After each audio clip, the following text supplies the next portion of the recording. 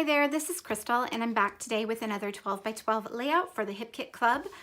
Today I'm using the February main kit as well as the February cardstock kit and probably the February paper kit as well, since I've gone through quite a bit of my main kit already. So this is my inspiration for today's layout. This is a cut apart sheet from Cartabella's Flower Market. It's part of the February main kit.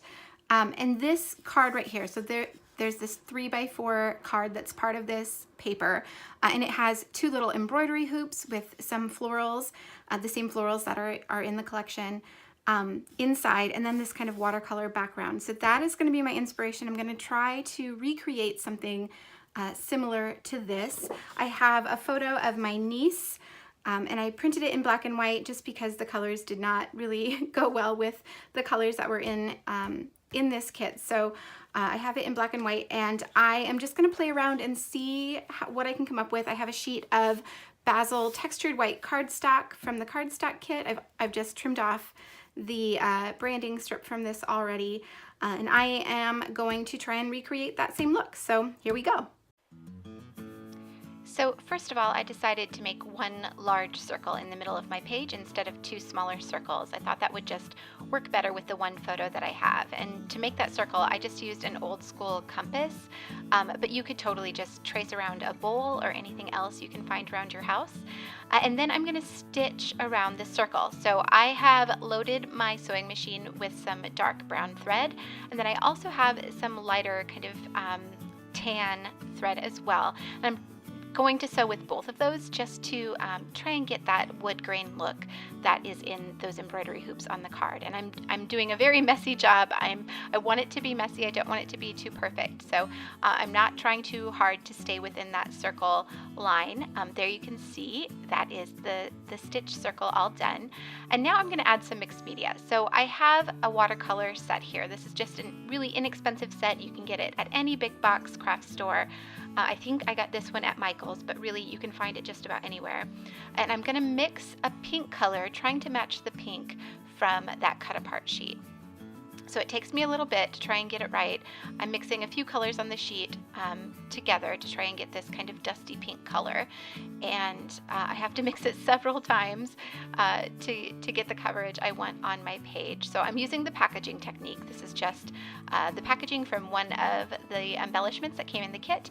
And I'm just putting the color on this piece of plastic and then just kind of rubbing the plastic on the page to get kind of mottled look on the background of the page. So mixing some more again, and then I'm going to use my brush to kind of fill in some of the spots. So because there is that stitched line in the center, the packaging didn't want to touch the page where the stitching is. So I'm going to come back in here in a second and fill in some of those blank spots and give it a little bit more color. I know I'm going to be adding a lot of embellishments on top of this, and I want to make sure you can see the watercolor behind all of the layers of embellishments. So I'm also making some splatters just with the paintbrush, getting it wet in some water and then adding some color and just kind of tapping it to get the splatters that kind of go across the page on a diagonal. So I'm also going to do the same thing with blue, and I'm trying to match the blue in this paper. This is a paper from Pinkfish Studio that was in the February main kit, and just trying to get that kind of minty blue color. And I come pretty close here, I think. So instead of using the packaging technique for this one, I'm just going to brush it on. I don't want the colors to mix since I didn't allow time for that pink to dry completely. I want to be careful not to mix them too much and get a purpley color. I don't want that on my page. So just being careful and adding just a little bit on the outside of the pink color. So now I'm going to set this aside to dry, and I'm going to work on my layers. So first of all, I went to fussy cut these papers, and through the magic of editing, you don't have to watch me do that, but I've just cut some florals from both of those papers from Flower Market by Cartabella. And now I'm going to add some layers behind my photo. So I'm going to start with this paper. This is that Pinkfish Studio paper, and I'm being real lazy and not wanting to get my large trimmer out, so I just use my scissors to cut a really rough line around it, and then I'm going to use my small trimmer to trim that down. I just want a really thin border around my photo. So then I thought about using one of these cut aparts, but I couldn't quite get the photo to fit, so I'm going to use this 12 by 12 paper from Flower Market instead. And again, doing the same thing, just rough cutting around it and then using my trimmer to trim it close to the photo. And I'm going to add one more layer eventually, just because I felt like, yeah, here, it didn't stand out enough for me. So I'm searching through the papers to find one more, and I really like this dark blue, again, from Pinkfresh. So I'm going to add that as another layer. So 3 total layers behind my photo. And that brings in all of the colors that I'm using on this spread. So it helps tie everything together. And again, just trimming it down with my little trimmer. And then I'm going to start playing around with these fussy cut florals. The florals in this collection are just gorgeous. So I knew I just wanted layer upon layer of them on my page to get that same kind of look that was in that inspiration piece. So I like that so far. For my title, I'm going to use this other 3x4 card from the cut apart sheet that says grow, and I'm just going to fussy cut that out. I won't make you watch me cut the whole thing, but there it is all done, and that's going to be part of my title. But I think my background is pretty much dry now, so I'm going to bring that back and start layering things on top of the background I've created, just to make sure that everything is working the way that I want it to so far. And it is. I like the way it looks. I'm going to start adhering some things down. So to do that, I'm using some liquid glue. This is Scotch Tacky adhesive in a fine line bottle. Those bottles come empty, and you can add whatever glue you want to them. And because I've used some watercolor on the background, I want to make sure that these florals stick well. So I'm going to use this liquid glue to do that instead of the tape runner.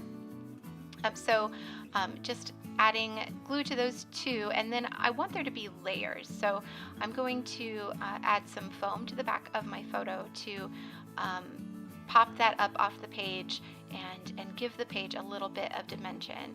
This will allow me to add some additional florals on top of the ones that are glued flat to the page, and give the whole page just a little bit more interest.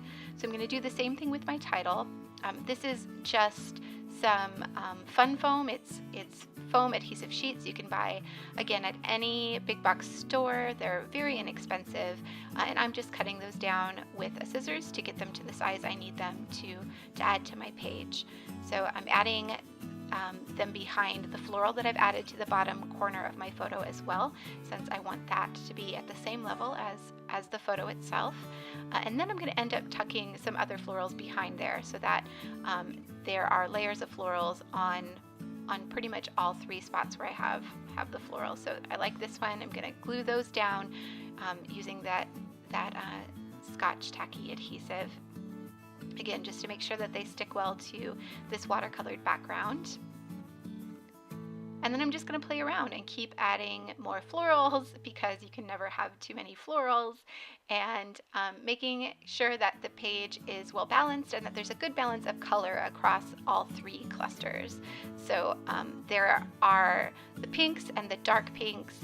There's some of that teal blue color. There's a few little bits of the darker blue color, and then there's even some yellow in some of these. So I'm trying to make sure that I get some of all of those colors in each of the clusters.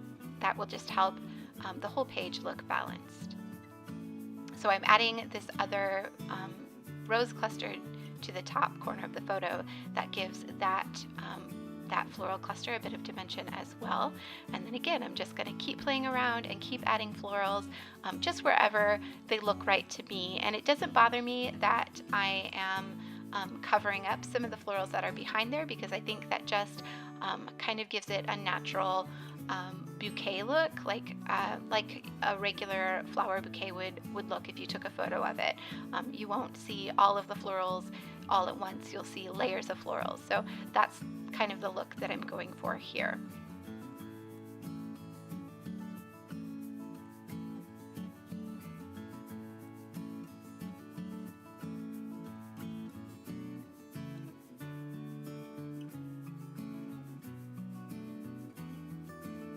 So I want to add some layers next to the title as well, just because I felt like it looked like it was just kind of floating there a little bit. So I'm going to add another rose cluster, and then more of that dark pink floral, and some yellow as well.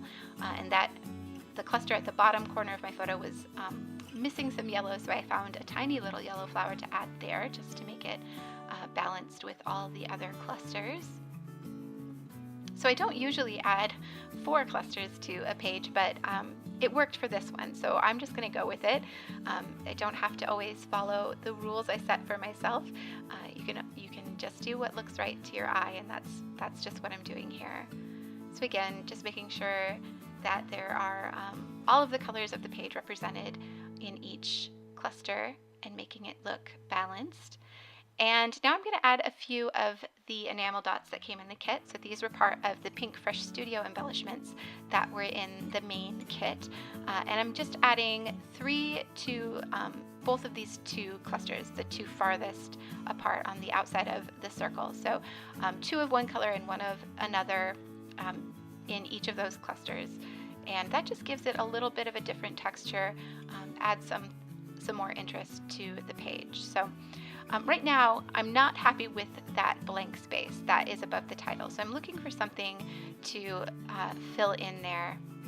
And while I'm doing that, I'm just going through the other embellishments that came in this pack from Carta Bella, also in the main kit, seeing if there's anything else I want to add to the page, and I do find quite a few things.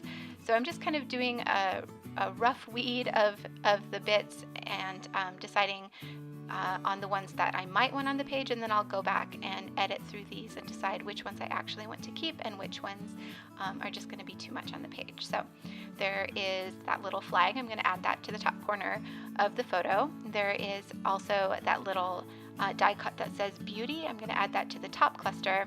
And then there's also this frame. So I end up adding that to 2 sides of the photo. It just makes it look like another layer behind the photo. I really like the way that turned out. And then to fill in that spot, I find this die cut that says Bloom and Grow. So I decided to make my title Bloom and Grow instead of just Grow. And I just cut off the extra Grow. And looking back, I probably should have rounded those corners to make it look a little bit more finished, but instead I'm going to just add another little floral, fussy cut floral piece to the edge, and that's going to cover up that straight edge on the die cut. But first I need to glue all of these bits down since I like the way that they look so far. And to cover up that little trapped space between the R and the O, I just add another little flower, a fussy cut flower, and that covers up that. It looked just like trapped white space, and that was bothering me, so I just covered it up.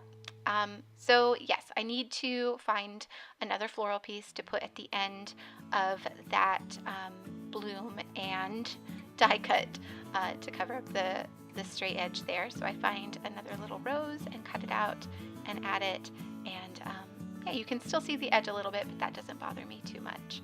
And then I'm just gluing down all the final little pieces and going through the chipboard pieces now, because I realized they had tiny little chipboard words that said Bloom and Grow. So there were multiples of them on this chipboard sheet. So I'm going to add some to both of those 2 clusters. The top one there, and then on top of the photo as well, just to repeat the title. And I thought about adding some of these florals from the chipboard sheet, but it just ended up looking too busy to my eye, so I left them off. But I am going to add some more splatters in this darker blue color. I didn't feel like it was represented enough on the page, so by adding some splatters, that gives it a bit more presence on the page and adds a bit more contrast, which I really like. The page is nearly finished now. The last thing I'm going to do is just add some paper behind 2 sides of the spread. So I've just torn the edge of the white cardstock here and just kind of folded it back, and then I'm going to add a bit of this pink paper that was in the kit. I think this is a crepe paper, and then I'm going to do the same thing on the other side. I end up grabbing my scissors just to get the right angle, and I'm just going to add some more of that paper there. And that's going to be it for the spread. So there are some close-up photos coming up. Thank you so much for watching. If you enjoyed this, I really do appreciate a thumbs up to let me know that I am doing things that you like to see. And if you haven't already, please consider subscribing to my channel so that you get to see every time that I upload a new video. Thanks again for watching, and I will see you all back here very soon.